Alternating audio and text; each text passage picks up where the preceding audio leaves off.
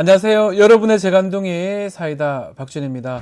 자, 어제 심우정 검찰총장 후보자 인사청문회를 보면서 검찰의 특수활동비 이야기가 계속 나왔습니다.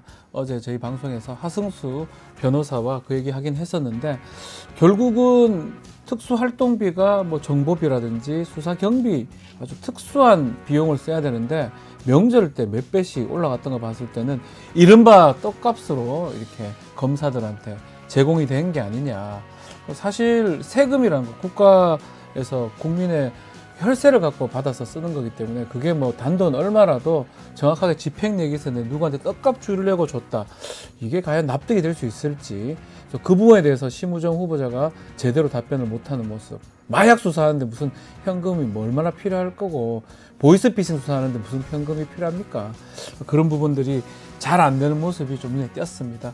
자, 인사청문회 끝났지만 또 임명이 될지 또 지켜봐야 될 것 같습니다. 자, 오늘도 시원하고 재밌는 소식들로 여러분과 함께 하겠습니다. 생방송 중에 댓글 참여 많이 부탁드리고요. 박준의 뉴스 인사이다 지금 바로 시작하겠습니다.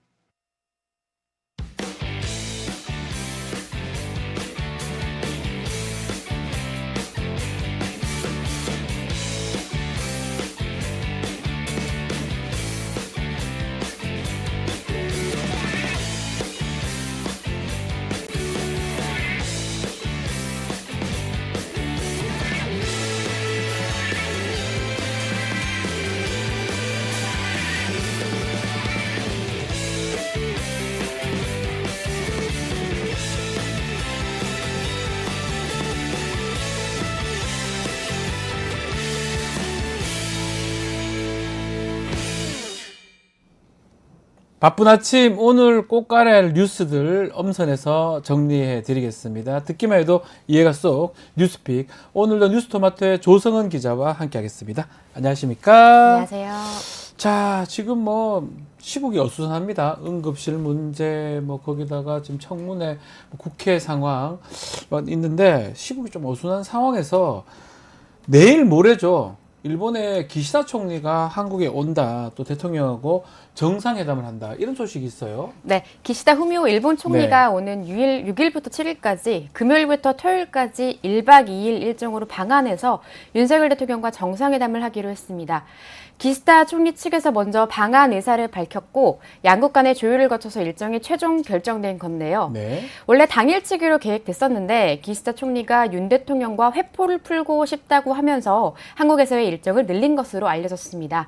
지난 7월 나토 정상회의를 계기로 회담 이후 또 2달 반 만에 이루어진 만남이자 윤 대통령 취임 이후에 일본과의 12번째 정상회담입니다. 자, 협력 증진 이런 얘기를 했는데, 일본 특히 기시다 총리하고 윤석열 대통령 자주 보는 것 같습니다. 네, 역대 대통령과 비교하면 재임 기간 동안 총 20번의 한일 정상회담을 했던 이명박 정부 다음으로 많습니다.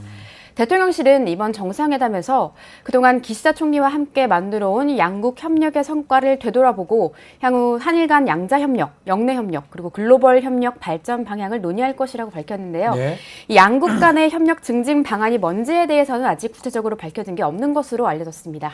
자, 뉴라이트 이야기, 독도 지우기 부분, 사도강산 유네스코 등등 지금 한일 관계에서 거론돼야 될 얘기들이 너무나 많고 좀 논란이 계속적으로 분분한 그런 상황인데, 정부가 이게 굳이 이렇게 본다는 거, 정부 입장에서 또 윤석열 대통령 입장에서 악수 둔 거 아니냐, 이렇게 볼 수도 있을 것 같아요.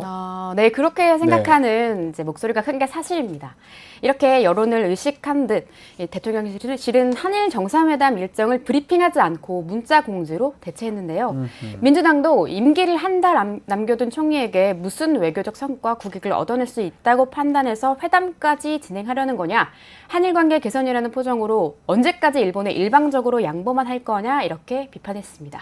자, 앞서 자민당 총재 선거 지금 출마하지 않겠다 이렇게 선언을 했었는데 퇴임합니다. 네. 아무것도 아닌 건 아니지만 이제 전 총리가 되는데, 이 사람하고 이렇게 만나서 하는 게 1박 2일 하는 게 어떤 국익을 얻겠다, 어떻게 우리한테 유리하겠다, 사실 잘 납득이 잘 안 가거든요. 네, 맞습니다. 짚어주신 대로 예. 이번 한일 회담은 윤석열 대통령과 기시다 총리와의 마지막 정상회담, 고별 회담이 될 겁니다. 네. 기시다 총리도 곧 퇴임하지만 이제 정말 2달 후면 이제 11월이면 미국 대선이 치러지잖아요. 네. 이렇게 한미일 캠프 데이비드 정상회의 1년 만에 미국과 일본이 정상이 바뀌게 된 상황이라서 이번 회담에서 윤 대통령은 한일과 또 한미일 협력 관계를 강조할 것으로 보입니다. 또 일본 경제지 니케이 신문의 보도에 따르면 기시다 총리는 이번 회담에서 제3국 유사시 양국의 자국민 대피 협력 체제를 논의하고 양국 외교부 장관은 또 이런 내용이 담긴 양해각서를 체결할 예정이라고 하는데요. 네. 이게 뭐냐면은 러시아 우크라이나 전쟁과 그리고 가자 전쟁 등 지금 현재 세계의 안보 상황이 위기에 놓여 있잖아요. 이렇게 심각한 상황에서 분쟁 지역에서의 대피 수단 확보가 필요하다고 인지한 결과로 풀이 돼서 이런 양해각서를 체결하게 된 것 같습니다. 네.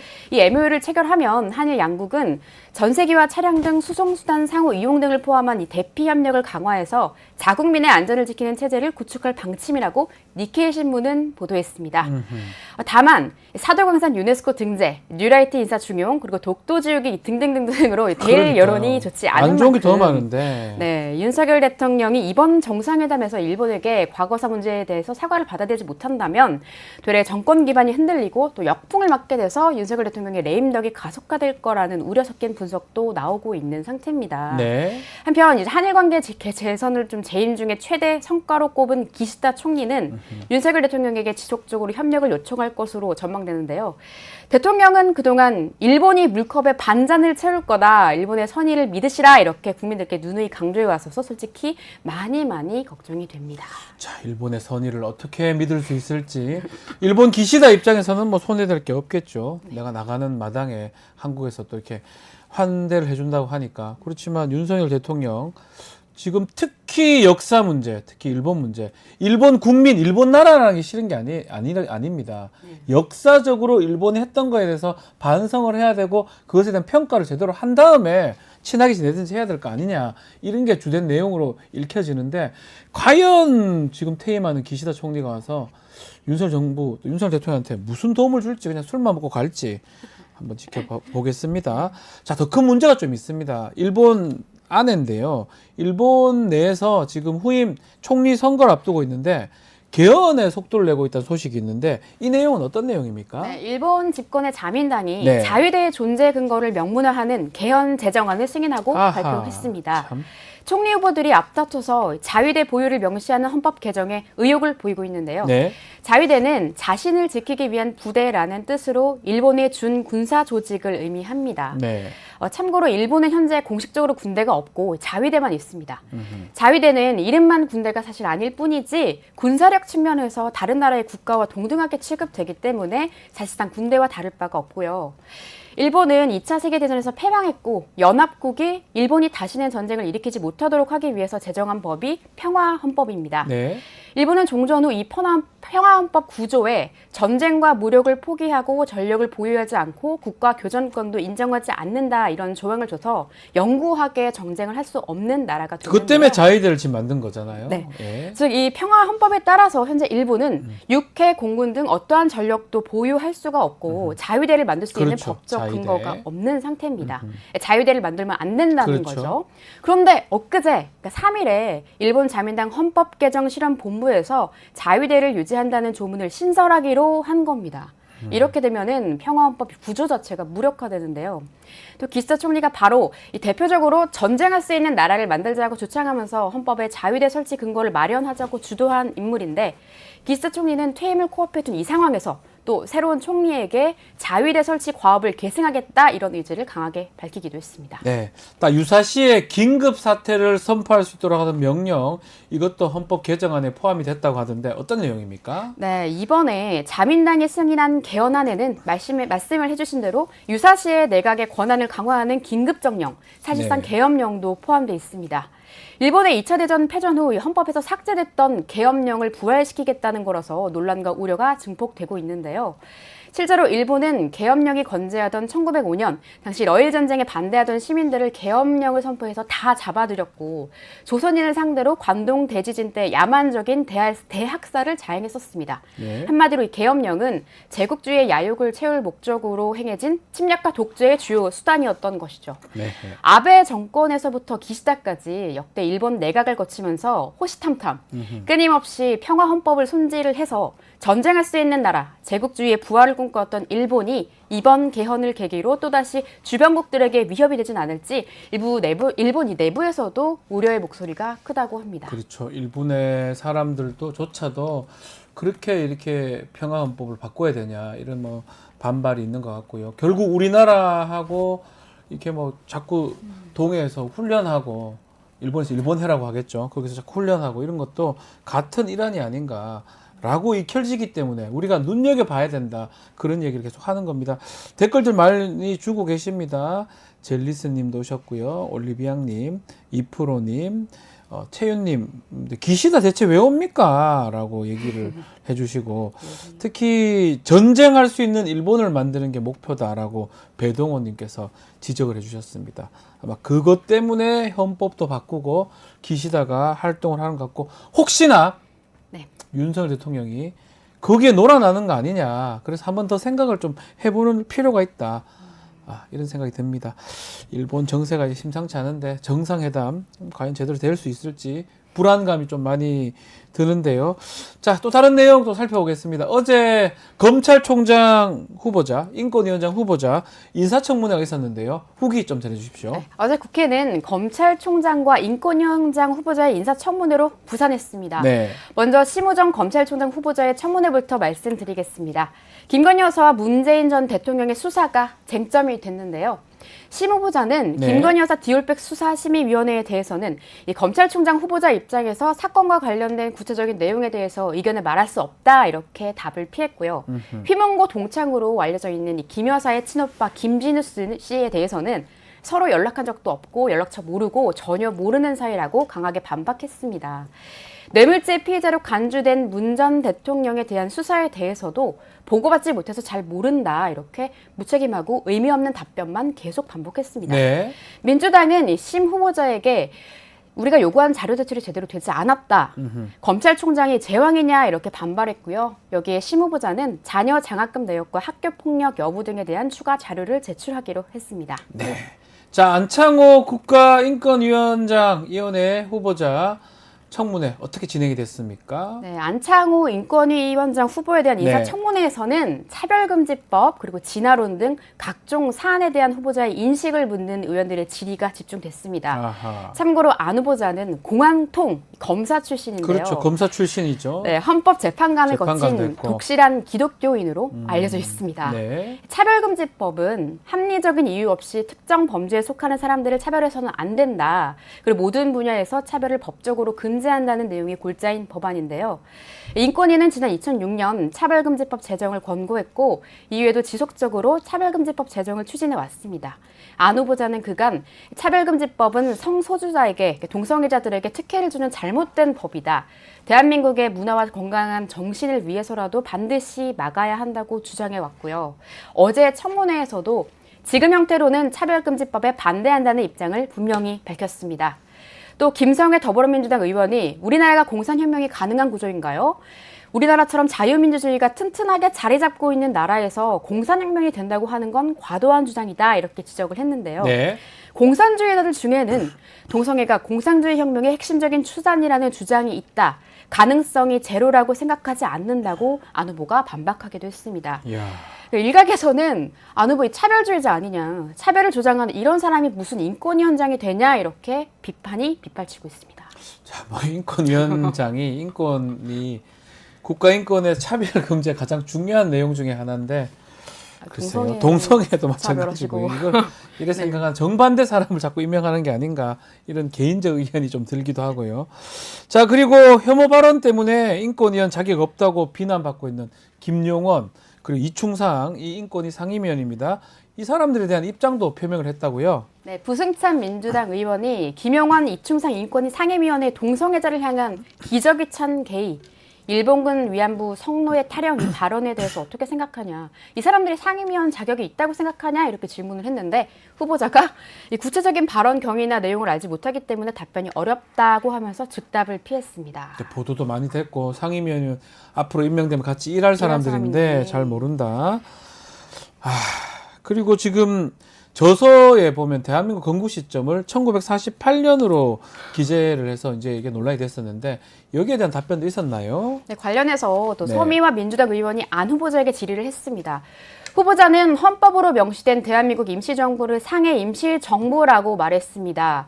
후보자도 혹시 뉴라이트십니까? 이렇게 물었더니 이 후보자가 뉴라이트 전혀 아니다. 건국의 완성에 대해서는 많은 사람들이 의견이 갈리고 있지만 나는 뉴라이트가 절대로 아니다. 이렇게 대답했습니다. 참고로 광복회는 1948년을 건국절로 보는 시각을 뉴라이트로 규정하고 있다는 거 그렇죠. 우리 애청자들은 다들 다 알고 아실 있죠. 겁니다. 이외에도 안 후보자의 로펌 재직 시절 성범죄 사건 변호 이력도 도마에 올랐는데요. 이소영 의원은 불법 촬영과 성매매는 피해자 인격을 말살하는 행위인데 이런 사건을 변호한 것은 인권위 수장으로서 부적절하다 이렇게 비판했고, 여기에 안 후보자는 부당한 방법으로 사건을 수임하거나 부당한 논리를 펴면서 피고인을 변호한 사실이 없다고 답변했습니다. 네. 윤석열 대통령은 차별주의자 논란과 또 역사의식에도 문제가 있다 이렇게 평가받는 사람을 왜 그 국민의 기본권을 수호하는 국가인권위원회 수장으로 이제 앉히려고 하는 건지 이해가 잘 되지 않습니다. 그냥 검사나 뭐 그런 걸 하시는 게 맞지. 인권위원장 하는 게 맞나. 그런 논란이 계속 되네요.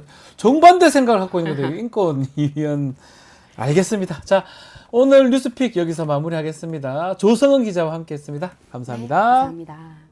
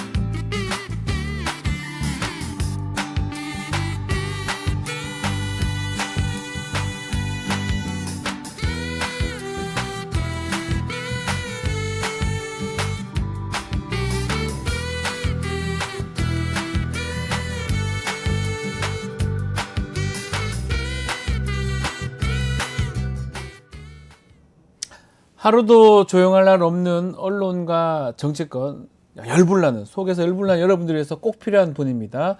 자, 오늘도 속사포처럼 빠르지만 시원하고 통쾌한 말씀 한번 기대해 보겠습니다. 최진봉 교수와 함께합니다. 안녕하십니까? 안녕하십니까? 자, 본격적으로 이야기 나눠보기 전에 네. 지난 한 주 동안 어떤 이슈가 화를 화가 내게 많죠. 화낼 일이. 네. 지금 어떤 여기 게 뒤에 사진이 바뀌었네. 화나게 하셨습니까? 예. 화가 납니다. 진짜 네. 얼굴만 봐도 화가 납니다. 네. 근데 언제 저는 다른 것보다 문재인 전 대통령 관해 수사하는 내용을 보고 너무 황당하다는 생각이 들었어요. 문재인 전 대통령 아니, 지금 뇌물죄. 네, 근데 그 뇌물죄 이유, 그러니까 이렇게 설명하잖아요. 네. 그 문다희 씨 가족이 월급을 받기 시작하면서부터 문 대통령이 지원하는 이게 지원금이 멈췄다. 네. 그러니 뇌물이다. 네. 그 논리가 맞습니까? 자식한테 부모가 돈을 이제 뭐 생활비 하라고 좀 지원했다고 칩시다. 근데 하다가 끊어졌어. 왜? 월급을 받으니까. 그럼 뇌물이야. 이게 말이 되냐고요, 지금 논리적으로. 쓰리 쿠션 같습니다. 예. 이런 논리로 따지면 부모가 돈 주다가 돈 끊으면 다 뇌물이야. 아니 그리고 이게 지금 그 채용 과정에 비리가 있는지 없는지가 아직 확실하지도 않잖아요. 예. 그런데 피의자로 거기다가 명시를 하고 뇌물이라고 그러고 뭐 언론사는 뭐 보자기에 싸서 그러고 또 이게 그거예요. 논두렁식이하고 뭐가 다르냐고요.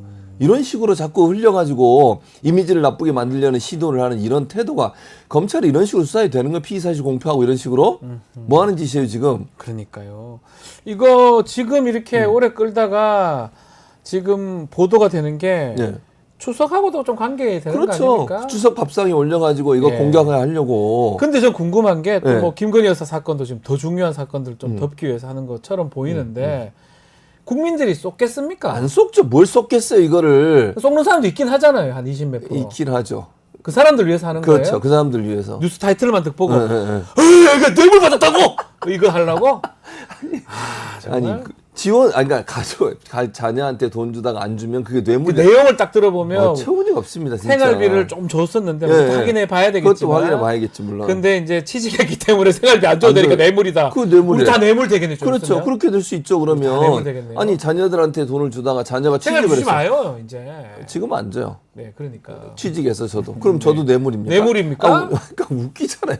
우리 애가 취직을 해서 월급 받아서 제가 더 이상 안 줘도 되는 상황에서 안 줬어. 그 뇌물이래. 뇌물이에요? 뭔 뇌물이에요? 그게 말이 됩니까 아유, 지금? 저도 법률을 공부를 하고 법률 어처구니가 일을 없어, 진짜. 하지만 그래 갖다 붙일 것 같으면 대한민국 사람들 다 갖다 넣을 수 있어요. 그리고 또 경제 공동체래. 아니 독립해서 가족을 이뤄서 같이 살고 따로 살고 있는데 경제 공동체래요. 네. 이런 논리가 그렇게 따지면요 자녀와 부모 간의 뭐 금전거래 이거 다 경제 공동체로 묶여야 돼요. 그러면 네. 그런 거 아닙니까?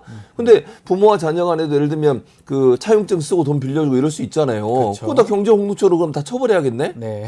진짜 무슨 논리가 무슨 그런 논리가 있어요 대체. 야, 벌써 화가 좀 나셨는데. 화가 나네요 진짜. 혹시 또 재밌게 보신 기사나 방송 같은 게 있을까요? 재밌게 본 거 박지훈 변호사 나온 건 재밌더라고. 제가 방송 중에. 알겠습니다. 자, 없어. 예, 뭐 재밌어요. 지금 요즘 좀 화가 TV 나셔가지고. 보고 그러면 화만 나지, 화만. 화가 나셨어요. 예. 그래서 하나 더 얘기하면 강선영 의원 그분은 대체 왜 그러는 거예요, 대체? 군인 출신이죠. 아, 나 네. 진짜 황당무계하더라고. 예. 이재명 대표 그 뭐 책을 어쩌고 레닌 저쩌고. 뭐 내 얘기도 진짜 했었고. 어처구니가 없었으면 듣고 네. 있으면 뭐 레닌이 뭔지를 제대로 아시고 얘기하시는지 참 궁금합니다. 알겠습니다. 아마 청문회 과정이었죠. 네, 뭐 그런 거기서 얘기 나왔던 있었죠. 얘기. 네. 강선영 비례대표입니다. 국민의힘. 아마 제가 알기로는 군인, 네, 여성 군인 출신이에요. 뭐 장군 뭐 이런 출신으로 알고 있는데요. 논란이 됐습니다. 네. 자, 국정 브리핑 얘기부터 좀 해보겠습니다. 29일날 있었습니다. 이게 근데 시간이 많이 지난 것 같은데 지난주에 있었어요. 본격적으로 얘기하기 전에 요거 어떻게 좀 보셨는지 좀. 어떻게 보긴요. 난 다 이거 한숨을 이렇게 자꾸 푸시시네요. 한숨이 나올 수밖에 없잖아요. 국정 브리핑이라고 한다는 소리가 국민의 생각과 국민의 어떤 현실과 너무 동떨어진 얘기를 딴 나라에서 온 줄 알았어요. 저분은 네. 지금 뒤에 얼굴 나오고 있는데 이게 저분이 진짜 한국에서 사시는 분이 맞나? 아무 그게 없대 문제가 응급실 잘 돌아간대. 네. 잘 돌아가요 지금 응급실이? 뺑뺑이 돌고 응급실 뺑뺑이라는 얘기가 나오고 있잖아요. 많이 났었는데. 의사들을 뭐 이대 목동병원에 그 남궁 그분 의사 있잖아요. 그분이 나와서 인터뷰까지 했잖아요. 네. 아니 거기 나와서 뭐라 그랬습니까? 같이 있던 사람들이 다 그만둬가지고 2명이서 돈단자라며 계속 하루 쉬고 하루 일하고 하루 쉬고 자기 막 디스크가 온대 너무 힘들어가지고 그리고 실제 그분의 말에 따르면 전체 100% 그러니까 전체가 수용할 수 있는 범위를 100으로 본다면 지금 네. 30%밖에 못 한다잖아요. 70%는 돌려보내는 거예요. 오지도 못하고 전화 못 받고 네. 문만 열려 있으면 되냐고 응급실 불만 켜 있으면 그 잘 돌아가는 거예요? 아니 뭐 가봤대도 가보래. 기자들한테 더 웃긴 건 한번 가보세요. 잘 돌아가고 있어. 뭘 잘 돌아가요? 현장에서는 죽겠다는데 지금 거기 가서 한 30분만 있어도 알 수 있어요. 금방 알 수 있죠. 의사들이 그러냐고 제발 와보라고 한 번이라도 와보라고. 실제로 대통령의 공식 일정 지난 4월 이후에 병원이나 의료기관 방문한 기록이 없어요. 그럼 네. 비공식적으로 갔다는 거잖아. 몰래. 그렇죠. 예. 근데 그 기록이 있냐고 그러면 공개를 하세요. 가봤다고 하던데. 안 가봤을 거예요. 그러니까 내 말이 그 말이에요. 알겠습니까? 이게 뭡니까 대체? 경제 얘기도 뭐 너무 좋아졌다고 하고 그런 얘기를 또 하셨어요. 지금 아니 자영업자들 소상공인들 100만 명 정도가 문을 닫고 지금 힘들어가지고 난리가 났는데 네. 그리고 뭐 돈 대출 받은 거 갚는데도 지금 그 가계 대출 비율이 엄청나게 높아지고 있잖아요. 그렇죠. 이런 상황인데 경제가 잘 돌아가고 있대요. 이게 무슨 논리인지 이해가 안 되고 최상병 그 특검법 네. 특검법 관련해서 수사 잘 됐대요. 잘 됐습니까? 의문이 너무 많잖아요. 지난번 네. 청문회 뭐 띄엄띄엄 봤는데 조금씩 봤대 보니 그때 보니까 다 소명이 됐대. 뭔 소명이 됐는데요? 보안이라고 얘기 안 하죠. 뭐 질문하면 뭐라 그래요? 선서도 안 했어요. 그때 처음에는. 네. 나중에 선서했지. 질문하면 이거 보안상이니까 말 못합니다. 대체 뭐가 밝혀졌다는 거죠? 대체? 국정 브리핑 점수 줄 수 있습니까? 빵점. 예? 빵점이라고요. 1점도 점수 줄 수 없어요. 1점도 안 돼요.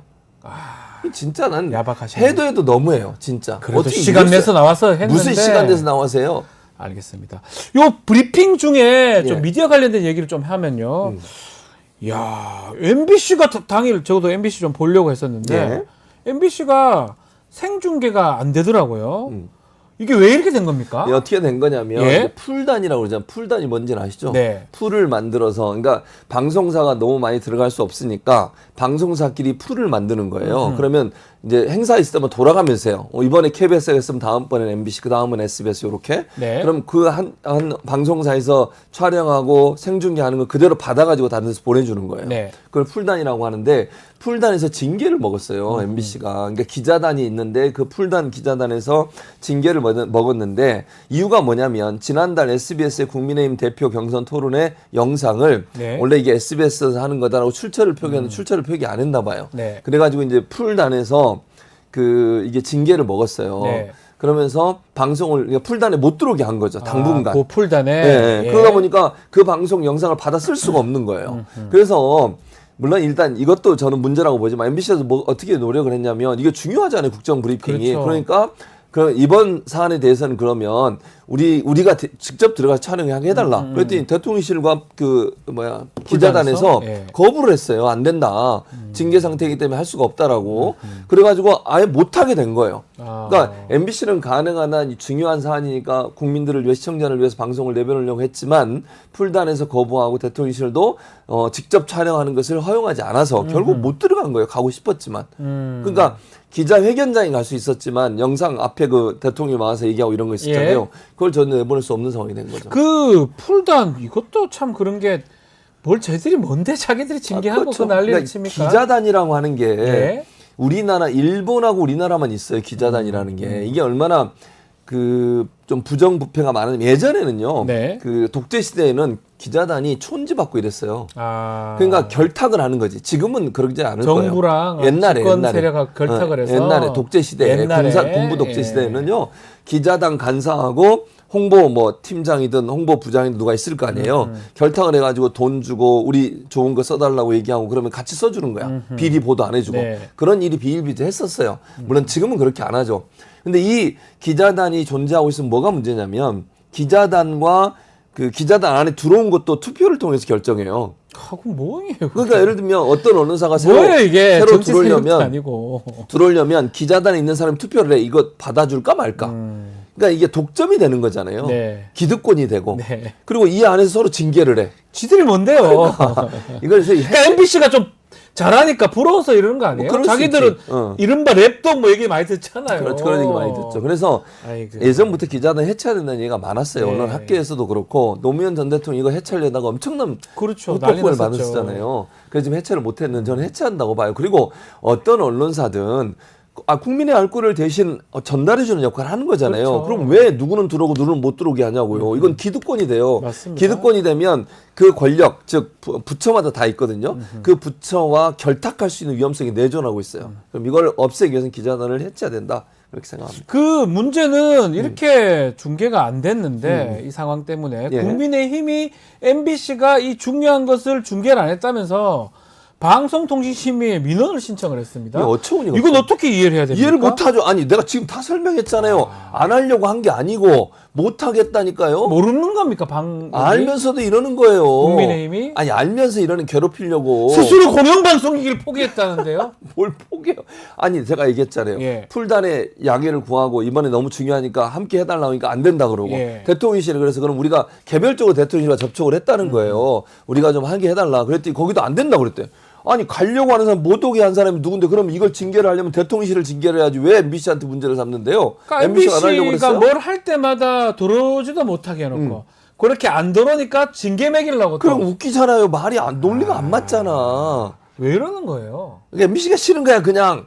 공영방송이지만 그러니까 싫다. 공영방송 말 안 들으니까. 말 안 들으니까. 나머지는 말 잘 비판하니까. 들으니까 좋은 응. 거예요? 그러니까 뭐 하는 겁니까 대체? 자, 지금 뭐 MBC 얘기 좀 더 해보면 방통위가 지금 그 집행정지 냈던 거 MBC는 MBC 측이 이겼다고 보는 게 맞죠? 그렇죠. 그렇게 먹는 게 맞죠. 자, KBS 관련해서도 지금 문제가 지금 되고 있는데 KBS 신임 이사들에 대한 집행정지 사건.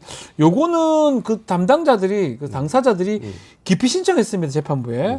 어떻게 봐야 됩니까? 그러니까 이게 담당자들이 누구냐면 네. 실제 이제 여권에 추천한 사람들 이런 사람들이에요. 네. 그러니까 여권에서는 방통위 자체에서 재판부 저 지금 부위원장 저분이 있잖아요. 김태규.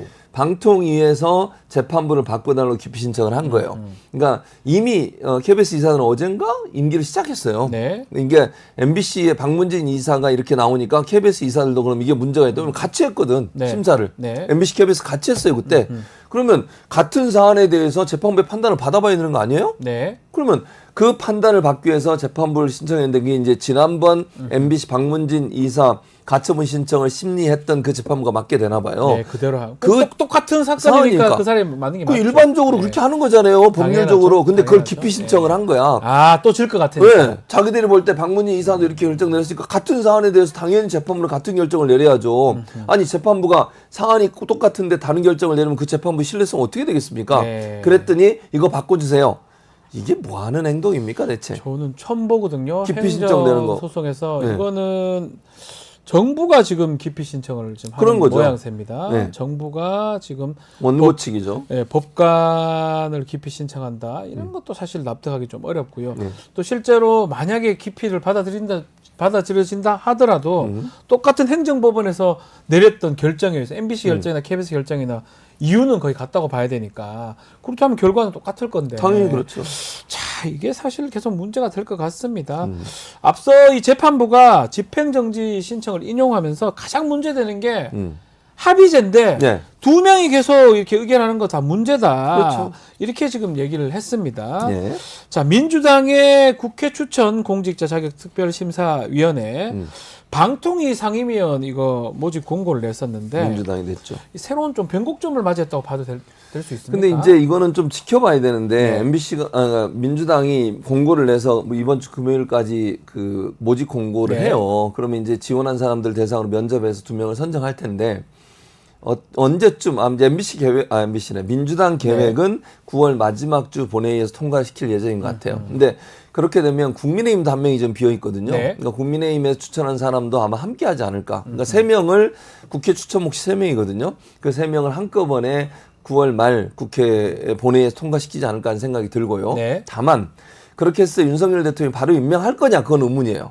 지금 이진숙 방통위원장이 탄핵 상태잖아요. 네. 이제 헌재에서 판결이 나와야 되는데 그때까지 만약에 3명을 같이 임명하면 2대2가 되거든요. 네. 그렇게 되면 이제 결국 아무것도 못하는 상황이 되는 그러니까요. 거죠. 그래서 아마도 제 개인적인 생각은 이제 그 윤석열 대통령은 이진숙 지금 방통위원장 탄핵이 최종적으로 결과가 나올 때까지 기다렸다가 네. 탄핵이 인용이 돼서 뭐 그만두게 되면 새로운 사람 임명하고 네. 만약에 그게 이제 기각이 돼서 돌아오게 되면 그때쯤 임명하지 않을까. 그래야 3대2 구조가 되잖아요. 지금 상황이면 이진숙 방통위원장은 탄핵 소추가 돼 있기 때문에 예. 임무가 정지되고 정지됐죠. 뽑아봤자 2대2면 결정을 못 못 내요. 내려요, 아무것도. 다수결이 안 되니까. 그렇죠. 그래서 임명 안 할 안 것이다. 할 거다. 저는 그렇게 봐요. 그래서 이진숙 방통위원장 탄핵 소추안이 최종적으로 결론이 나오면 네. 만약에 탄핵이 되면 새로운 사람 또 임명하면 되잖아요. 대통령 입장에서는. 네. 아니면 기각이 되면 이제 돌아오게 되니까 그때 3대2 구조가 될 때 아마 임명하지 않을까 이런 생각이 들어요. 대통령이나 지금 정부 입장에서는 저기 법원 결정이 좀 아프겠어요. 아프죠. 그 때문에 지금 뭐 다 꼬인 거예요. 그렇죠. 막 빵이란다. 법화 뭐 이렇게 막 겨우겨우 이렇게 했는데 빵. 국민들의 어떤 시선 그냥 무시하고 겨우겨우 임명하고 하루 만에 뭘 하고 했는데 결국은 탄핵은 탄핵대로 되고 법원 결과는 아주 최악의 결과가 났고 MBC는 뭐 어떻게 말 안 듣고 기분이 안 좋을 것 같은데 지금 방통위원으로 네. 교수님 제가요? 거론이 좀 돼요. 저는 뭐 생각이 없습니다. 아, 솔직히 좀 말씀해 주세요. 솔직히 생각이 없습니다. 조금은 있죠. 1%, 2%. 고민 중인데 아, 고민하고 계시네. 안 할 것 같습니다. 고민하고 계시네요. 고민 중이긴 한데 네. 아직 지원이 이제 금요일까지 시간이 얼마 없어요. 그러면 이틀 정도 고민하시면 되겠네요. 네. 오늘 내일. 근데 이제 서류를 준비해야 되잖아요. 네. 여러 가지 서류가 필요합니다. 네. 아. 세금 낸 거 이거 다 서류 떼야 되고. 자, 그렇다면 어떤 인물이 교수님 생각할 때는 방통위원 되면 좋다고 보십니까? 저는 이제 개인적으로 네. 어떤 생각이 있냐면 이게 물론 잘 투쟁적으로 잘 싸우는 사람 필요하죠. 근데 네. 물리적으로 아까 말씀드린 3대2 구조예요. 항상 3대2가 3대2 되겠죠. 구조죠. 그러면 논리적인 부분이 탄탄한 분이 가야 돼. 그러니까 방송 정책이나 통신 정책 또 방송 제도 이런 부분을 잘 아는 분이 가야 네. 논리적으로 이길 수 있잖아요. 왜냐하면 보나마나 만약 이진숙이 돌아올지 안 돌아올지 모르겠지만 네. 이진숙이나 김태균 두 사람 태도를 보세요. 안한 무인이잖아요. 네, 네. 사람은 그냥 완전히 무시하고 막 예, 마음대로 해요. 예. 논리적으로 맞지도 않고. 근데 거기 가서 아무리 소리를 지른들 제가 볼 때 막 목소리만 커지고 끝나버릴 거란 말이죠. 그래서 그 사람들은 제가 볼 때 두 사람 다 방송 정책이나 방송이나 잘 모른다고 저는 생각해요. 김특희 그분은 방송의 문외한이에요.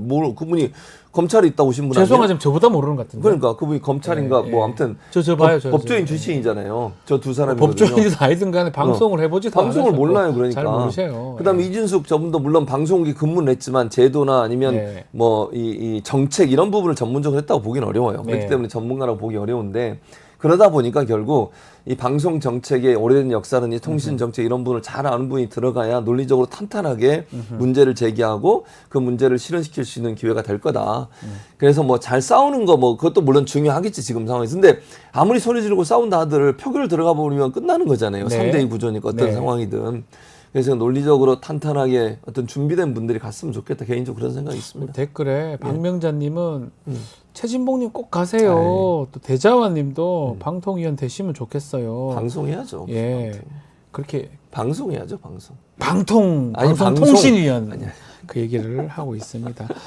자, 또 다른 얘기를 좀 해보겠습니다. 윤석열 정부 들어서서 좀 눈에 띄는 게 가짜 뉴스 이런 얘기를 더 많이 합니다. 그렇죠. 전쟁을 선포하면서 TF도 구성하고 국회 등 여러 곳에서 정책 토론회도 계속 열고 있는데 문제는 그럴 때마다 특정 단체, 특정 인물들이 포함되어 있다 이런 얘기가 있는데 예. 어떤 내용입니까? 왜냐하면 내용은? 미디어 오늘에서 분석을 했어요. 예. 미디어 오늘에서 분석한 내용을 제가 알려드리면 이게 보니까 2022년 4월 1일부터 2024년 8월 16일까지 국회의원 정책 세미나가 열린 걸 분석을 했대요. 네. 그 기간 동안. 그러니까 이제 윤석열 대통령 정부 때 일어났던 일들이죠, 주로. 이게 제목이 뭐니까 괴담, 뉴스, 방송, 신문, 언론, 저널리즘 이게 키워드로 네. 검색이 됐고 그 중에 이제 이 내용이 들어간 세미나를 분석한 총 79건이 나왔대요. 그 중에 3명 이상 참여한 인물의 경우 국민의힘 사람들이 월등히 많았다. 아. 그러니까 국민의힘에서 추천하거나 저거 지금 화면에 나가고 있잖아요. 네. 2회 이상 참여한 인물을 보니까 이인철 KBS 이사, 이거 여권 추천 이사죠. 황근 KBS 이사, 이거 여권 추천 네. 이사, 그러니까 국민의힘 추천 이사. 윤길용 방송문화진흥회 이사, 이분도 마찬가지.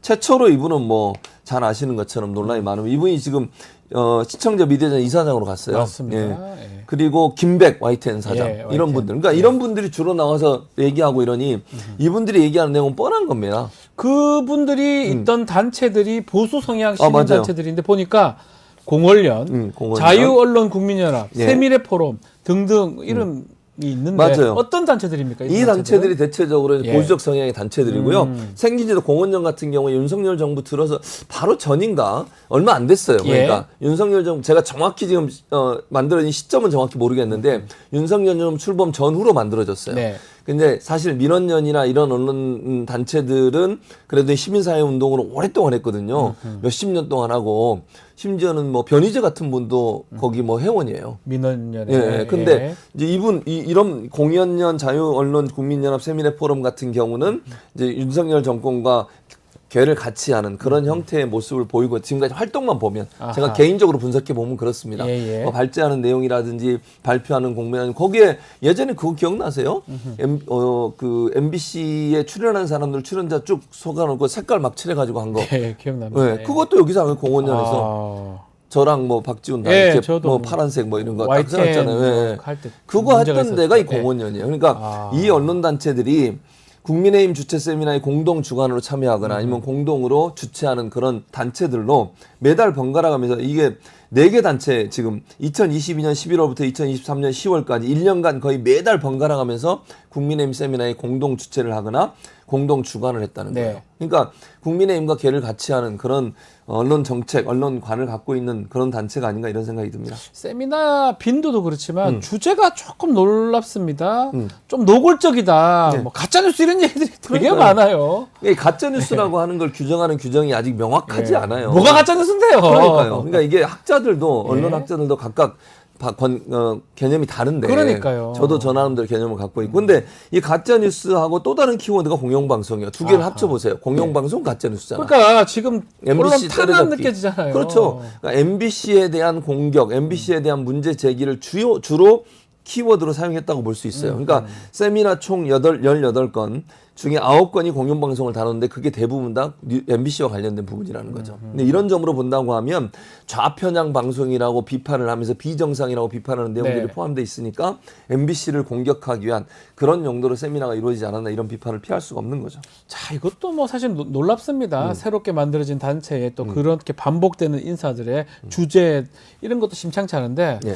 이게 좀 놀라운 게 이 예. 단체들이 같은 장소에 주소지를 둔 단체들이 그러니까요. 많았어요. 그러니까 이건 어떻게 봐야 됩니까? 제가 볼 때 같은 거죠. 똑같은 거예요. 똑같- 이름을 바꿔가면서. 그런 데서 단체를 만드는 거지 그냥 예. 등록만 하기 위해서. 예. 예를 들면 뭐 박지훈 변호사가 일하는 사무소에서 여러 단체를 만들 수 있잖아요. 예. 주소 똑같이 해서. 예. 이게 보니까 이렇게 세미래 포럼 아까 얘기했던 네. 중심 그룹과 공언연 네.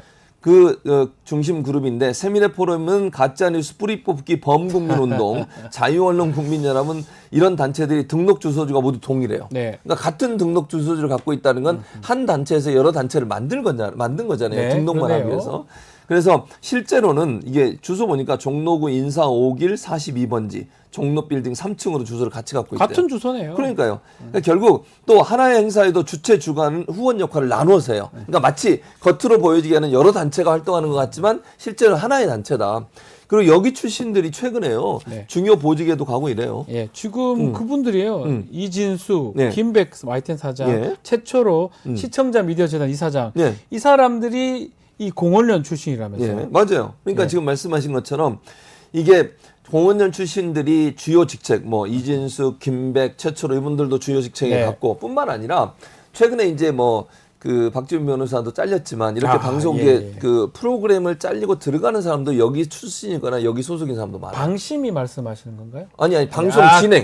진행하는 진행하는 사람들. 분들 중에도요. 오. 여기서 추천받거나 이쪽에서 연관돼서 활동했던 분들이 많이 있어요. 또 다 아, 이것도 조사해 봐야 돼. 네네네. 거기 들어간 분들 예. 조사가 필요하다고 봅니다.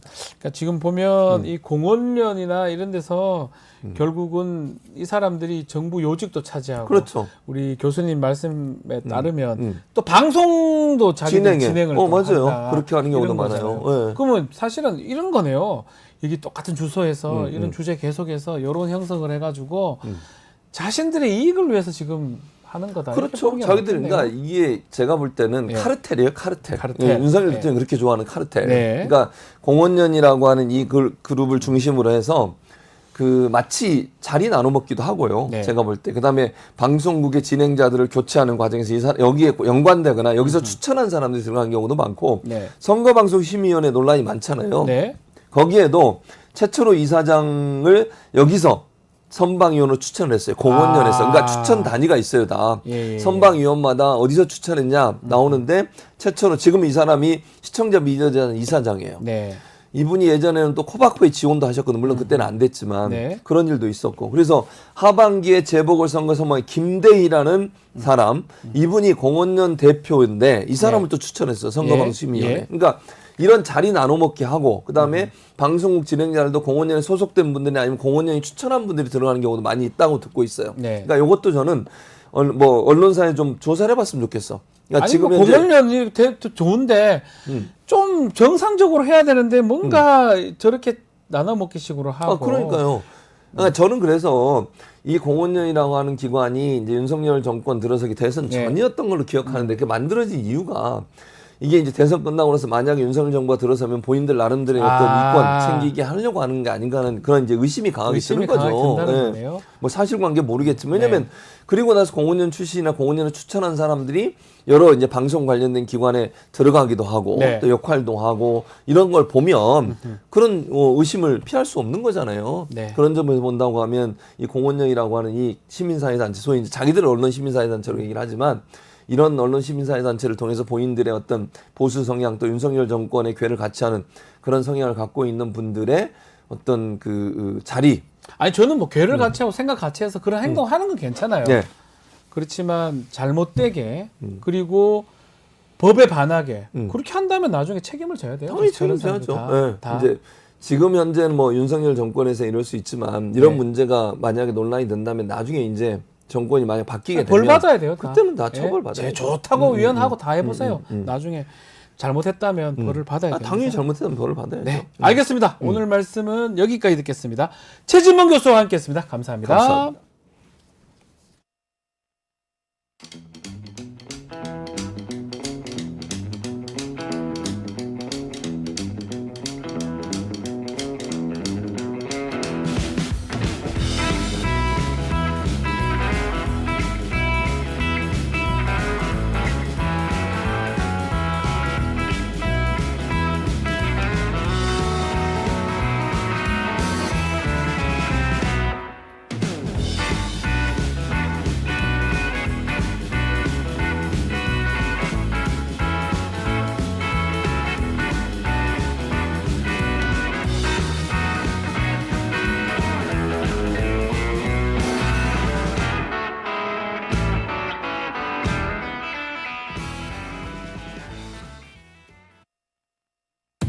리서치 앱테크 아직 시작 안 하셨나요? 생각만 공유해도 리워드가 쌓이는 서치통 지금 시작해보세요. 원아이디 로그인 후 패널 가입 시 약 3,000원 상당의 리워드 적립. 리서치에 참여하실 때마다 현금처럼 사용 가능한 PTR 적립. 내가 초대한 친구가 패널 가입을 할 때도 리워드 적립. 지금 바로 서치통에서 우리 지역, 우리나라의 사건, 사고들에 대한 리서치에 참여해주세요. 한 주간의 뜨거웠던 이슈를 짚어보는 이슈 화합 시간입니다. 자, 오늘도 김철근 개혁신당 사무총장, 현근택 전 민주연구원 부원장 두 분 오셨습니다. 안녕하십니까? 안녕하십니까? 네, 안녕하세요. 자, 최상병 특검법 얘기부터 해보겠습니다. 자, 민주당이 지금 한동훈 국민의힘 대표가 제안했던 제3자 추천 방식 직접 발의를 좀 했어요. 조금 내용을 정리하면 대법원장이 특검 4명을 추천하고 야당이 2명으로 압축한다. 다만 대법원장 추천 특검에 문제가 있으면 야당이 비토, 재추천을 요구할 수 있는 거부권을 부여했다. 요게 지금 내용으로 보면 될 것 같은데 어떻게 평가하고 계십니까? 일단 두 차례에 걸쳐서 네. 그 거부권이 행사됐고 이제 세 번째잖아요. 네. 그리고 이제 한동훈 대표가 그 전당대회에 나오면서 제3자 그 추천 특검은 받을 수 있다. 네. 또 발의할 수 있다. 뭐 이런 얘기를 했기 때문에 한동훈 대표에 대한 압박용일 수 있고요.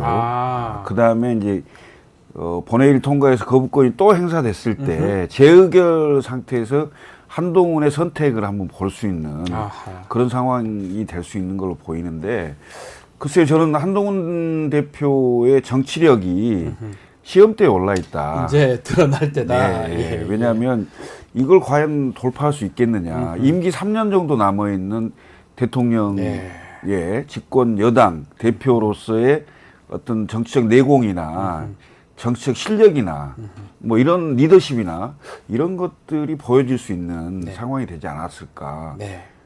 굉장히 고립무원의 상태로 갈 가능성도 있다. 이렇게 자, 보여집니다. 뭐 일단 평가도 좀 해주시고 결국은 한동훈 대표에 대한 압박용, 시험용의 법안 발의다 이렇게 분석도 해주셨습니다. 그렇죠. 아무래도 왜냐하면 이게 아시겠지만 처음에는 이제 변협 4인 추천, 네. 야당 2인 추천, 그다음에 대통령 지명이었는데 그 다음에는 이제 변협 추천을 빼고 야당에서 추천하는 걸 했다가 한동훈 대표가 당 대표 나오면서 대법원 등 제3자 추천이라고 그랬거든요. 네. 근데 마치 이제 변협 추천을 염두에 안 둔 것처럼 얘기해서 그럼 뭐 대법원 추천하는 걸 하겠다. 4명 중에 4명 추천하면 야당에서 2명 이렇게 선별하는 방식으로 돼 있는데 물론 이제 뭐 비토권이라는 거는 제가 보기에 이제 대법원장이 잘못된 사람 추천했을 경우에 네. 이제 다시 한번 뭐 다시 추천해달라 이렇게 그렇죠. 이제 하는 방법이어서 제가 보기에는 아마 이제 당장 처음에 의결할 때는 뭐 한동훈 대표도 지금 당내 우호 세력이 많지 않으니까 그럴 수 있는데 아마 재의결을 했을 때 어떻게 될 것이냐 이 네. 부분인데 결국 한동훈 대표가 여기서 이제 빠져나갈 방법은 없어요. 이제 더 이상 갈 데가 없다는 거예요? 그렇죠. 대법원장 등이라 그랬지만 어쨌든 대법원 추천을 했고 본인도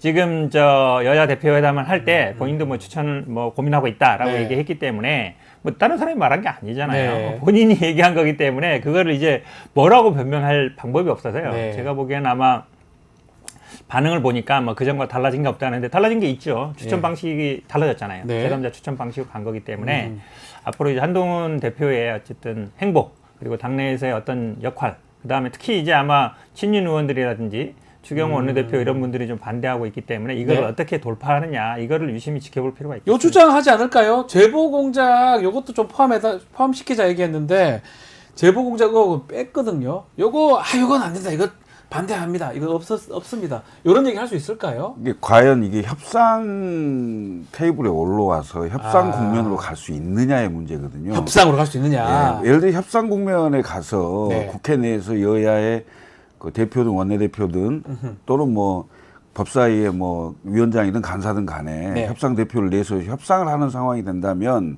이런저런 많은 얘기들이 오갈 수 있겠죠. 근데 이제 협상 국면으로 갈 가능성이 있느냐 여부에 문제가 있는 거죠. 네. 지금 국민의힘 내부에서는 이미 추경호 원내대표와 김상훈 정책위 의장이죠. 네.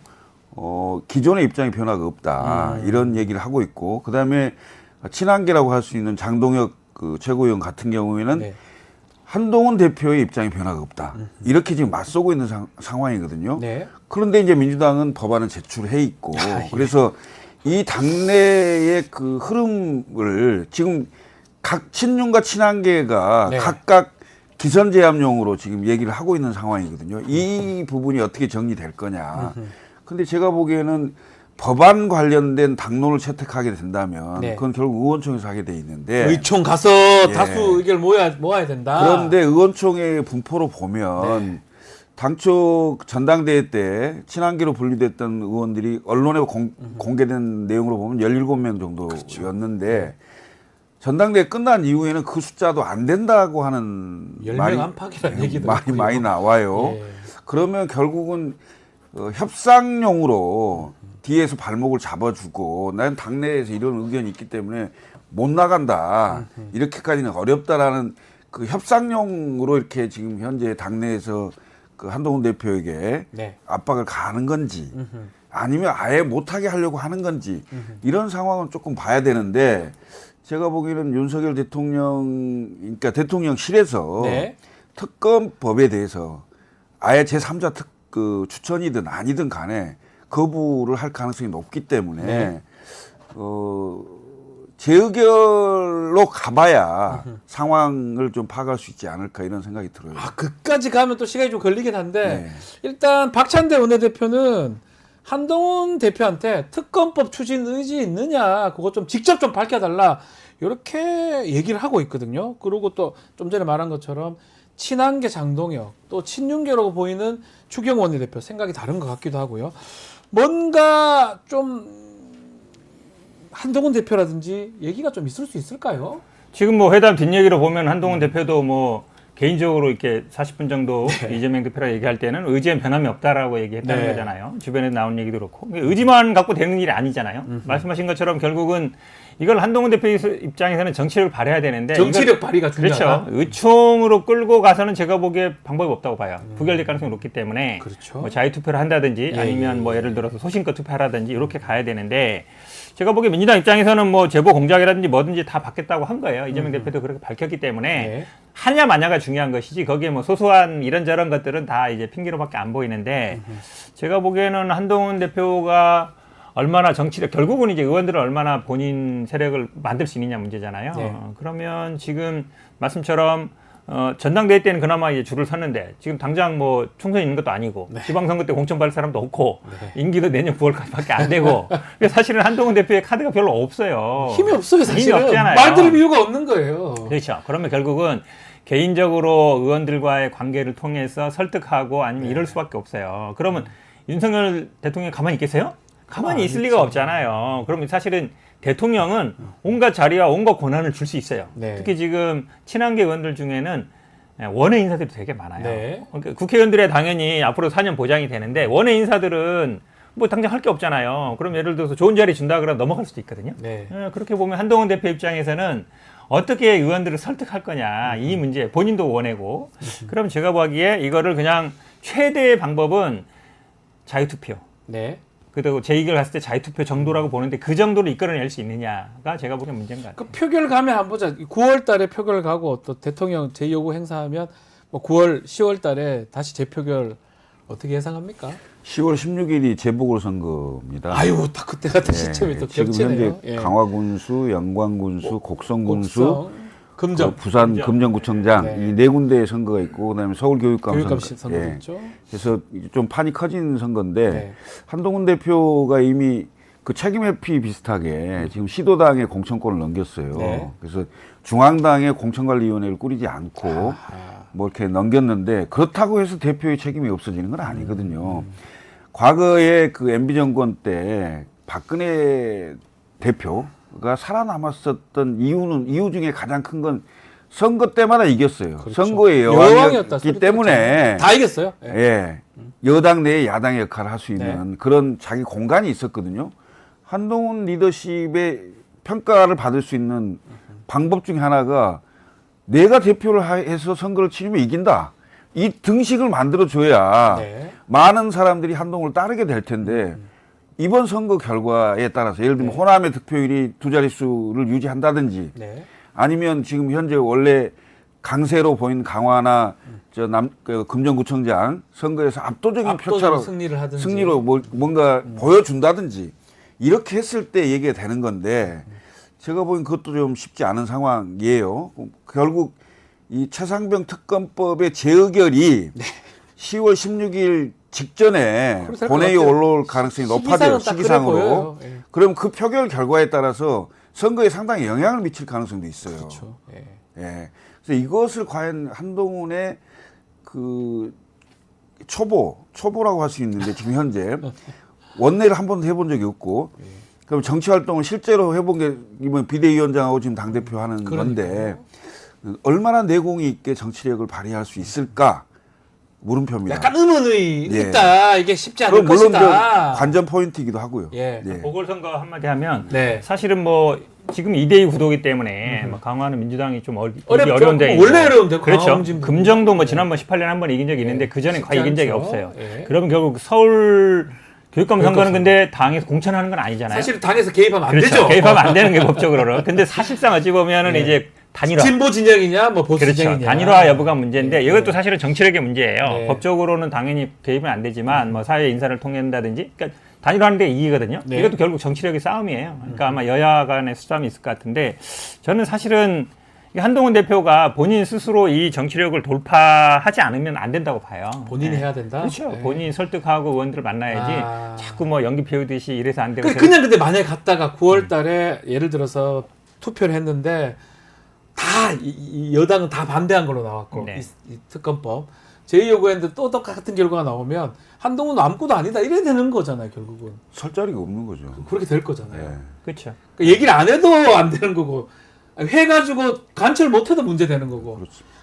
너무 입장이 곤란하네요. 한동훈 대표가 만약에 다시 이걸 추진했는데 안 된다 그러면 대표 지위가 흔들릴 가능성이 흔들리겠죠. 많아요. 예. 예. 거의 왜냐면 뭐 임기도 얼마 내년 9월까지인데. 아, 그래서 얘기를 안 하는 것 같기도 해요. 계속 뒤로 빼는 것 같기도 해요. 그러면 이 자리 왜 물러나야죠. 내년 9월이라고 자꾸 얘기하세요? 원래 내년 9월 아니에요? 아니, 1년 6개월 전에 물러나야 대선 되잖아요. 때문에. 대선 때문에. 본인이 대선 후보가 된다고 했을 때 나간다고 했을 때 안 나갈 수도 있어요? 아니 그때까지 살아남아야 대선 후보가 되는 거죠. 예? 정치는 모른다. 제가 보기에 보궐선거도 있고. 1차 관문이 10월 16일 보궐선거다. 결과고 네. 그 이후에 내년 4월 선거도 있어요. 내년 4월 선거도 있죠. 예. 예. 이런 상황이 되기 때문에 선거에서 대표로 지휘를 했을 때 이겨줘야 된다는 거죠. 그렇죠. 그게 증명되지 않으면 이재명 대표가 연임을 어렵죠. 할 수 있는 것도 총선에서 이겼기 때문에 가능한 거 아니겠습니까? 예, 그런 등등의 아마 당 대표라면 선거를 책임져야 되는 위치고 여러 가지 선거에서 두두두둑 떨어지면 못 있을 거다. 더군다나 그 대통령 임기가 아직 너무 절반도 많이 안 지났기 때문에 이런 상황에 대통령이 가지고 있는 행정 권한이 엄청 세잖아요. 네. 특히 예산. 의원들이요. 여당 의원의 그 가장 그 인센티브가 뭐겠어요? 프리미엄이 뭐겠습니까? 그렇죠. 그럼 결국 정부 여당은 예산을 많이 지역구에 끌어가다 줄 수 있는 거잖아요. 네. 야당 의원이야. 얼굴 내놓고 싸우고 이게 야당 의원이 하는 일이라면 정부 여당은 내 지역구에 예산을 많이 갖다 줘야 되잖아요. 맞습니다. 대통령한테 밑보인 여당 의원 예산 받아갈 수 있습니까? 없어요. 제가 보기엔 내년 4월에는 아마 한동훈 대표가 본인이 나오고 싶으면 하면 꿀떡 갈 것 같아요. 지금 그렇지 않아도 그때 매일 있을 보궐선거. 원내대표 이러고 있으니까 그러면 나오고 싶었어요. 그 사이에서 아마 고민을 할 것 같아요. 예. 알겠습니다. 자, 최상무 특검법 이제 야당이 발의를 했으니까 한번 지켜보기로 하고요. 결과는 뭐 어떻게 될지 알 길이 없습니다. 그렇지만 두 분 말씀에 따르면 쉽지 않을 것이다. 이렇게 분석이 됩니다. 자, 최근에 계엄 얘기가 계속 나오고 있습니다. 현 변호사님. 네. 아니 국민의힘에서는 와 자꾸 근거도 없이 민주당이 계엄 얘기하냐 이거 선동하는 거 아니냐 이런 지적을 하고 있거든요. 어떻게 봐야 됩니까? 제가 이 기시감이 있어요. 네. 17년 2월에 추미애 대표 때 제가 이제 상급 부대변을 했기 때문에 네. 그때도 사실은 추미애 대표가 이 계엄 뭐 준비하고 있다 얘기했을 때 맞습니다. 엄청나게 보수당 난리 반발이 났었어요. 난리 났을 예, 때 예. 그때 똑같았어요. 근거가 있냐. 근데 그때도 당내에 사실은 뭐 구체적인 뭐 나중에 드러났지만 계엄 문건 같은 그런 문건이 나오는 건 아닌데 네. 그 군의 움직임이 좀 이상하다. 그러니까 뭐 안 하던 훈련도 하고 네. 원래 계엄을 실시할 경우에는 방송국도 장악하잖아요. 근데 그때 당시에도 방송 주변에 갑자기 안 하던 훈련도 하고 그런 게 있었어요. 며칠 전에도 왔더라고요. MBC. 네, 그런데 있어서 네. 이거 좀 이상하대? 그런 얘기 나오면서 제기했던 거거든요. 네. 근데 저희들이 조금 의심 가는 거 이런 거예요. 물론 이제 윤석열 대통령이 뭐 반국가 세력이 암약하고 있다. 네. 맞서 싸워야 된다. 막 이러니까 뭔 소리야 갑자기 뜬금없다 이렇게 생각했는데 이 계엄 문제를 제기했을 때 대통령실은 뭐라고 얘기했냐면 나치 스탈린 전체주의 선동 정치다. 네. 나치 스탈린. 예. 예를 들어서 예. 전혀 그런 사실이 없으면 예. 그런 사실 절대 없습니다. 국민들은 그냥 일상생활을 하시면 됩니다. 저희들은 그런 거 염려 안 해도 됩니다. 아. 편안하게 얘기해요. 보통 예를 들어서 우리가 어허. 상대방이 우리가 뭐 어떤 의혹 제기를 할 때 불끈하면 발끈하지 않는다는 거죠. 발끈하면 오히려 뭐가 있나? 이렇게 생각하거든요. 아. 오히려 이렇게 막 나치 스탈린 전체주의 얘기하는 거 보고 이분들이 뭐가 있나 보다. 이거 오히려 이렇게 생각하는 거예요. 그냥 안 한다 걱정하지 마세요 하면 되는데 그렇게 하면 돼요. 이러니까 네. 더 이상한 거 아니냐. 그렇죠. 어떻게 봐야 됩니까? 아니, 야당이야 예. 의혹 제기를 할 수 있죠. 네. 그런데 이제 야당 대표가 아하. 대표 회담의 그 모두 발언으로 거기서 나왔던 얘기죠. 모두 발언으로 전 국민이 완전히 집중되어 있는 상태에서 그런 발언이 할 수 있는 문제냐 이거겠죠. 네, 네. 괴담으로 또는 뭐 이런저런 시나리오로 떠돌아다니긴 했어요. 했던 거고 또 실제로 박근혜 대통령 때 그 탄핵 국면에서 그 계엄 뭐 기획 뭐 이런 계엄 시도 문건도 있었죠. 뭐 그런 네. 문건까지 있었기 때문에 지금 현재 국정운영 지지율이 대단히 낮고 안 좋은 상태이기 때문에 혹시 이른바 친위 구테타, 예? 네. 지금 경호처장을 국방부 장관으로 보냈잖아요. 중앙고 출신이 간다고 네. 뭐 그런 얘기 계속 하잖아요. 그러면서 이제 그런 얘기까지 놔두는 건데 충분히 저는 야당에서 제기할 수 있는데 그것을 야당 대표가 거의 공식화하듯이 얘기하는 것은 그 자리에서 했던 게 좀 너무 나간 게 아니냐 예. 이런 얘기가 있는 거죠. 네. 그러다 보니까 이재명 대표가 이제 10월 달에 선고들이 몇 개 있습니다. 재판.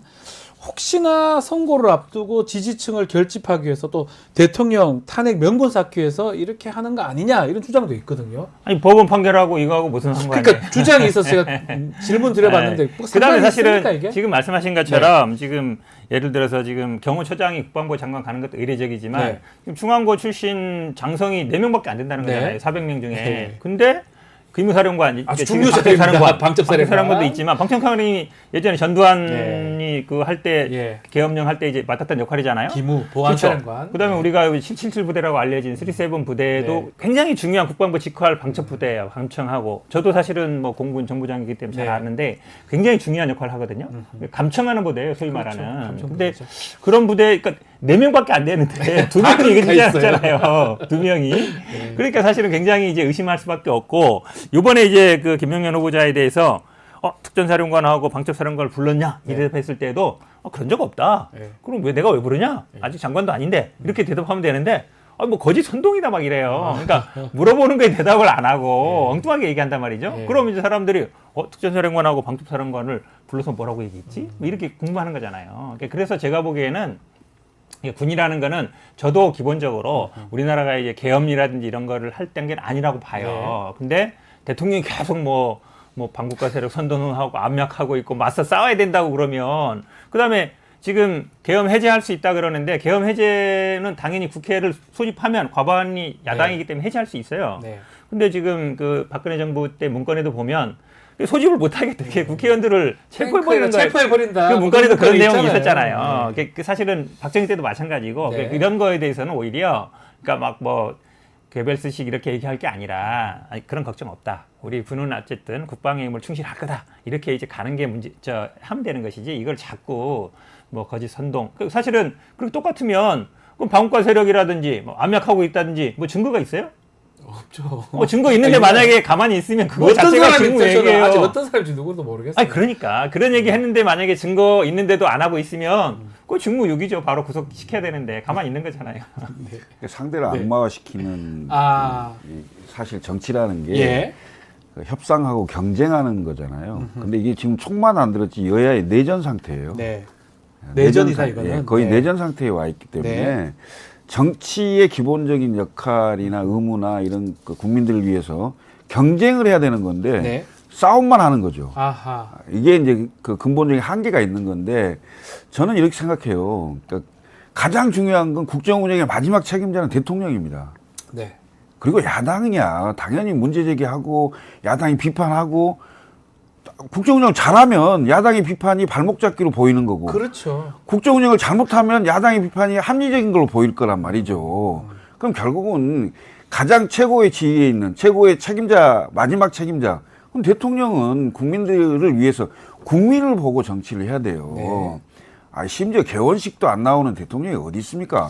그 처음 봤는데요. 예. 진짜로. 아니 이거는 대통령 의무를 방기한 거예요. 대통령이기 때문에 국회 개원식에 와야 되는 거예요. 윤석열 대통령이기 때문에 안 오는 게 아니란 말이죠. 피켓을 들고 뭐 야유를 하더라도 와야죠. 와야 국민의 된다. 대표잖아요. 그러니까 이런 일이 일어나고 여야가 자꾸 반목하고 갈등이 있으면 결국 책임은 집권 여당 대통령의 책임 그렇죠. 아닌가요? 무한 모든 책임이죠, 무한 책임. 정부뿐만 아니라 지금 뭐 개원식도 얘기했지만 개원식에도 왜 안 나온 게 한동훈 대표랑 조국 대표 보기 싫어서 이런 거 아니야? 이런 얘기들이 차단인가 나오잖아요. 좀 해야 되잖아. 그렇죠. 얘기를 안 할 수가 없는데. 거기 보기 싫어서. 근데 정치인이나 대통령은 이재명, 조국, 한동훈 다 있잖아요. 그렇죠. 아유. 본인 싫어하는 사람 다 있잖아요. 그러면 대통령은 싫은 자리도 가야죠. 그리고 거기서 뭐 피켓 시위한다? 욕먹을 까고 해야죠. 언제 좋은 얘기만 들어요? 당연히 비판도 할 수 있는 것이고 당연히 사실은 개원 이명박 박근혜 전 대통령도 그렇게 욕을 먹고 이렇게 했어도 개원식 갔잖아요. 다 왔었죠. 그렇죠. 이렇게 만약에 가면 국회 자체를 적으로 돌리는 거예요. 그러니까 여당 의원들 자체도 적으로 돌아설 수 있는 거예요. 정치라는 거는 자기 편을 한 명이라도 더 끌어들이는 거고 비난을 해도 또 싫은 자리도 가야 되는 거기 때문에 지금 뭐 온갖 뭐 핑계 대는데 결국은 국회를 적으로 돌리면 본인도 자리가 위태로울 수 있다. 이런 걸 아셔야 되죠. 알겠습니다. 자, 그리고 어제 심우정 검찰총장 후보자 인사청문회가 국회에서 진행이 됐습니다. 첫 번째 좀 눈에 띄었던 게 문재인 대통령 지금 검찰 수사 이 얘기가 좀 나왔었는데요. 어떻게 봐야 됩니까? 이게 공정한 수사냐? 이런 질문을 했던 것 같아요. 우리 근데 왜 이 상황에서 문재인 대통령 그 수사 얘기가 나오고 그다음에 뭐 압수수색하고 그다음에 피의자로 적시했다 뭐 이런 얘기까지 나오고 하는 건 나는 모르겠는데 전직 대통령에 대한 그 수사 이 부분은 기본적으로 굉장히 신중해야 된다 이런 생각을 좀 갖고 있고요. 너무나 당연하죠. 우리가 좀 존경할 만한 그 전직 대통령을 좀 가지면 안 됩니다. 이 나라는 정권 교체되면 전 정권 전부 탈탈 털고 이렇게 해서 계속 그것이 악순환돼서 네. 서로 간에 그 존경할 수 있는 그런 사람들을 갖지 못하는 그 불행한 국가라고 저는 보거든요. 네. 이런 지점들에 대해서는 좀 여야를 떠나서 좀 통 크게 좀 봐야 된다 이런 생각을 갖고 있는데 좀 너무 억지 수사 같아요. 이게 뇌물죄가 되는 게 맞아요. 아니 억지 수사 억지 같고 수사다. 그다음에 그 이상직 의원의 임명 과정이 중진공 이사장, 예. 임명 과정이 대단히 저는 일반적이었을 거라고 봐요. 네. 그걸 가지고 무슨 그 자리로 대가성을 뭐 입증하는 게 쉽지 않을 건데 네. 그걸 마치 그게 무슨 뭐 피의자인 걸로 적시해서 사회가 받은 월급을 뇌물로 웃으셨어요. 예. 예? 저도 그게 좀 신기해서 쓰리 쿠션으로 이렇게 뇌물 받는다. 그러면서 지금 말씀대로 영장에 문재인 대통령을 피의자라고 적시를 했고, 피의자는 이제 범죄 혐의가 있고 입건이 돼 있고 나중에 충분히 기소가 될 수 있는 상황이잖아요. 전직 대통령 피의자를 했었다. 혐의가 확실하다고 본 거 아닙니까? 아무래도 영장에 기재했다는 거는 나중에 기소될 수 있다는 소환도 할 것 같아요. 그렇죠. 잘하면. 근데 말씀하신 것처럼 의상직원 예를 들어서 중진공 사장, 아유 좋은 자리입니다, 가겠습니다. 이분이 그런 분이 아니에요. 사업을 엄청나게 크게 하던 분이고, 그 자리를 내가 굳이 뭐 가야 돼? 이렇게 고민하실 수 있는 분이에요. 물론 나중에 뭐 의원도 되고 그랬습니다만, 근데 사실은 핵심적인 게 지금 그러니까 중앙지검 하던 분이 전주지검 가고 가면서 이제 수사가 확 이제 달라진 거잖아요. 네. 그러니까 이게 전 정권 수사라는 게 지금 한 2년 반 지나서 3년 차 가고 있는데 지금 해야 되느냐? 하필이면 지지율이 떨어지고 지금 명품백 수사, 뭐 주가 조작 안 되고 있다. 이거에 대해서 이제 비판이 나올 때이기 때문에 핵심은 이제 결국은 직접 뇌물죄라는 거잖아요. 네. 제3자 뇌물이 되려면 뭔가 청탁이 있어야 되는데 청탁이 있는 건 아마 입증을 못한 것 같아요. 그동안 못하죠. 2-3년 동안 청탁 내가 자리 가면 취업시켜줄게 이게 안 되니까 결국은 경제 공동체를 끌어들인 건데, 예. 그러니까 한 3년 전에 이혼은 했어요. 네. 근데 그 전에도 보면 놀던 분이 아니에요. 회사 다녔단 말이에요. 다른 거 하긴 했지만 딸은 다녔잖아요. 딸은 물론 이제 결혼한 딸에 대해서도 생활비 같은 거 보태줄 수 있죠. 네. 우리가 뭐 의례적으로 그런 일이 있잖아요. 근데 매달 예를 들어서 뭐 거의 먹고 살려줬느냐 뭐 이렇게 갔는데 대신 취업시켜줬다. 뭐 이렇게 대하는 거라서 무리가 있다. 그러니까 곽상도 전 의원 아들도 보면 생계 다로 하니까 50억 50억 도 받아도 무죄 받았잖아요. 경제공동이 아니라고 한 거잖아요. 그렇게 50억 도 따지면은 무죄인데. 윤석열 대통령하고 김건희 여사야말로 경제공동체 아니에요? 네, 그러니까요. 그건 뭐 디올백 받았어도 경제공동체에 경자도 안 꺼내잖아요. 그냥 이거는 별개다. 부인에 대해서는 처벌 규정 없다 이러는데 제가 보기에 말이 안 되는 논리를 가지고 여러모로 있습니다. 보더라도 사실은 저도 법률을 하고 하지만 참 안쓰럽기도 하고 저렇게 엮고 싶나 이런 생각도 들고, 김건희 여사 사건하고 다 그냥 비교가 되고 대조가 되잖아요. 그거 다 받는 거, 명품백 받는 건 받아도 됩니까? 그런 상황이 되는데 이거는 되고 이거는 큰일 났다, 뇌물죄라고 지금 취직시켜 준 게 월급 받아간 게 거의 지금 그 국정운영 지지도의 마지노에 와 있거든요. 네. 그러니까 20% 초반대인데 이게 갤럽조사 지금 예. 그런 것 같아요. 20%가 무너지는 상황이 되면 거의 국정운영이 불가능한 상태가 될 거예요. 그러니까 그 20%를 지키기 위한 그 여러 가지 노력들 중에 네. 하나의 그 근거 비슷하게 이렇게 만드는 것 같은데, 정치는요. 네. 본인이 잘해서 그걸 지키려고 해야지 자꾸 남을 비난하고 남을 악마화해서 저 사람들을 막으려니까 우리가 뭉쳐야 된다, 이런 식으로 지키는 것은 한계가 있어요. 그래서 절대 깨지지 않을 거라고 했던 30%, 박근혜 대통령의 30%도 결국은 5%로 무너졌거든요.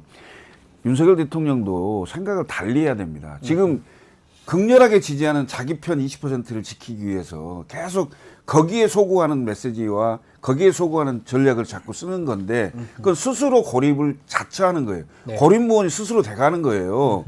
실제로 공무원들도 앞에서 예하고 뒤에 돌아서면 안 합니다, 일을. 그러니까요. 왜? 정권 바뀌어서 나중에 본인 수사받고 처벌 받아요. 지금 그럴 다 보이잖아요. 가능성에 대해서 걱정을 하기 때문에 아유, 일을 할 그렇죠. 수가 없는 할 수가 상태예요. 없죠. 그러면 결국은 장관, 차관 추천하잖아요. 대부분 사람들이 노를 합니다. 안 하려고 해요. 네. 왜? 이 정권에 몸담기 싫다. 그럼 결국은 뭡니까? 결국은 하고자 하는 사람들이 굉장히 오른쪽에 치우쳐져 있는 사람들. 이진숙, 김문수, 이런 사람들이 이런 사람들을 내세우지 않으면 안 될 수밖에 없는 아하. 이렇게 형국을 계속 착착으로 가는 거네요. 계속 몰려가는 거예요. 그럼 결국 그게 자리를 지킬 수 있겠느냐예요. 국민들 봤을 때 보통의 국민들이 봤을 때 고개가 끄덕거려지는 설득력이 기본적으로 있어야 되는데 그 자체가 없어요 지금. 안 그렇습니까? 그렇습니다. 예. 예.